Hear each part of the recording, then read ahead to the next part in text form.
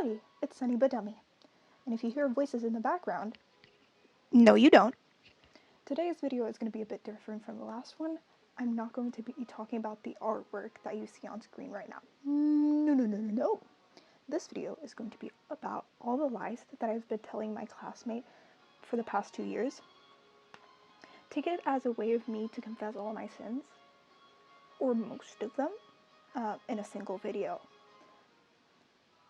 Now, before we start, I would like to clear something out. I was not alone in this. The best lies are told when multiple people are on board. So, for most of these instances, my best friend, who we are going to call Ferdinand, and my teacher were in on this. I would also like to say that I am friends with the person that we are going to talk about today. Let's call him Bartholomew. Barty for short. And he is aware that the things that I have been telling him are lies and misinformation. But that does not mean that he did not believe it for a couple of hours until I had to confess to him that it was all a lie.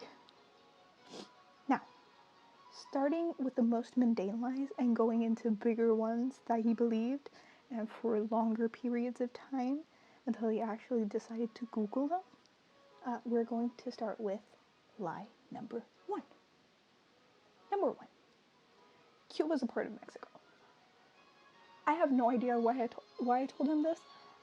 My teacher is of Cuban descent. So if you have a teacher that is willing to back you up on this lie, it would be more believable. My teacher did back me up on this. According to my friend, Cuba became a part of Mexico in the 1920s.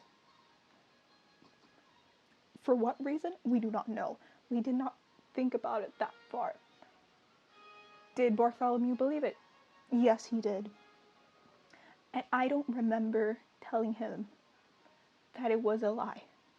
So I'm just hoping that he Googled it in his free time for his own good. Lie number 2. Lizards work for the government. Now, this is a theory that a lot of people have.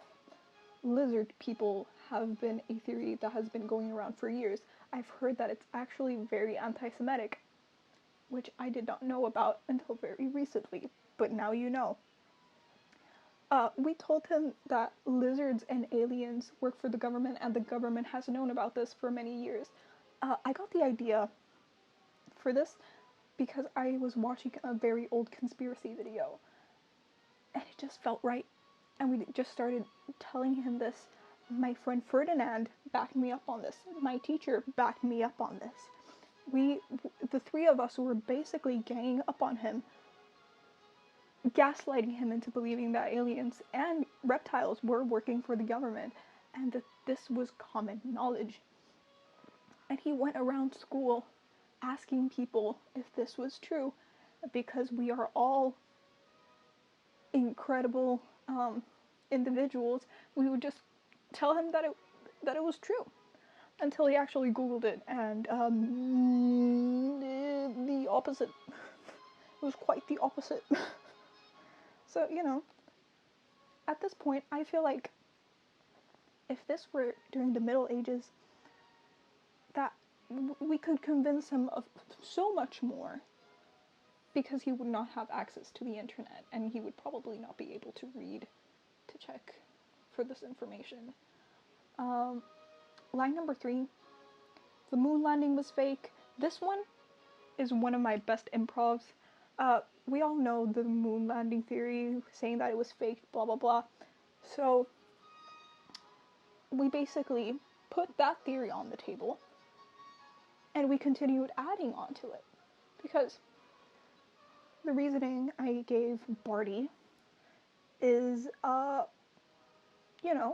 if you look at the video of the moon landing, if you look at it, when you look at the video of the moon landing, you see Neil Armstrong, the first man on the moon, getting off his spaceship. which means that must have someone must have gotten off the ship to put the camera on. To put the camera on from a good distance so that the lighting is good and you can see everything that's going on. But the thing is, Neil Armstrong is getting off of the spaceship and saying that it's his first steps on the moon, which leads to the question, if the moon landing was not fake, who's filming Neil Armstrong? That reasoning was the topping of the cake, the topping of the sundae, the cherry on top. That's what I'm looking for. This reasoning was the cherry on top to make him believe that the moon landing was actually faked. Until a couple hours later, we gave him the actual reasoning as to why there was already a camera there and had to reconfirm that the moon landing did in fact happen. That is, if you subscribe to that theory, which I do. Lie number 5, which is by far the most outlandish one. It was May 5th, also known as Cinco de Mayo. And my friend Ferdinand came up with this fantastic lie that we could tell Bartholomew. Because a lot of people, when they speak English, instead of saying Cinco de Mayo, they say Cinco de Mayo. We together came up with this explanation for the Cinco de Mayo. We were like, so we go up to Bartholomew. We look him dead in the eyes and we're like, it's Cinco de Mayo. Do you know why it's such a significant day for the people of Mexico? And he's like, no. Because actually, most people don't know what the Cinco de Mayo is.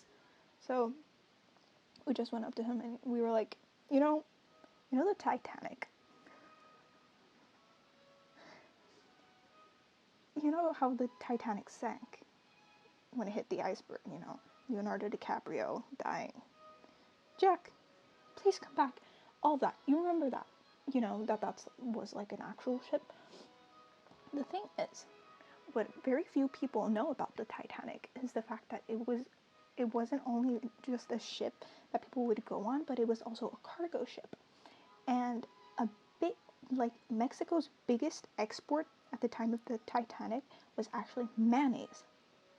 So, what very few people knew, or still know, is that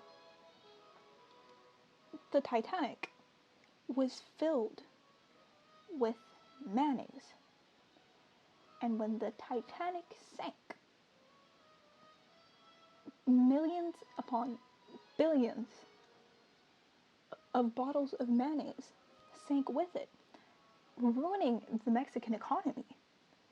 And now the Mexican people have this day called Cinco, as in sinking, de Mayo, the sinking of the mayonnaise when you translate it into English.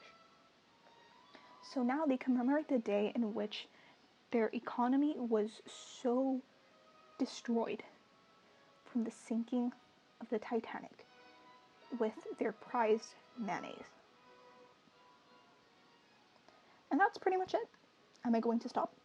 Probably not, but I will need to get more and more creative. Honestly, I want to be able to push these lies to their limit just to see how much he will believe. I want to see how gullible he is. I would once again like to remind the listener that Bartholomew is in on the jokes and that he is very amused by them as much as everyone else. But that concludes the video.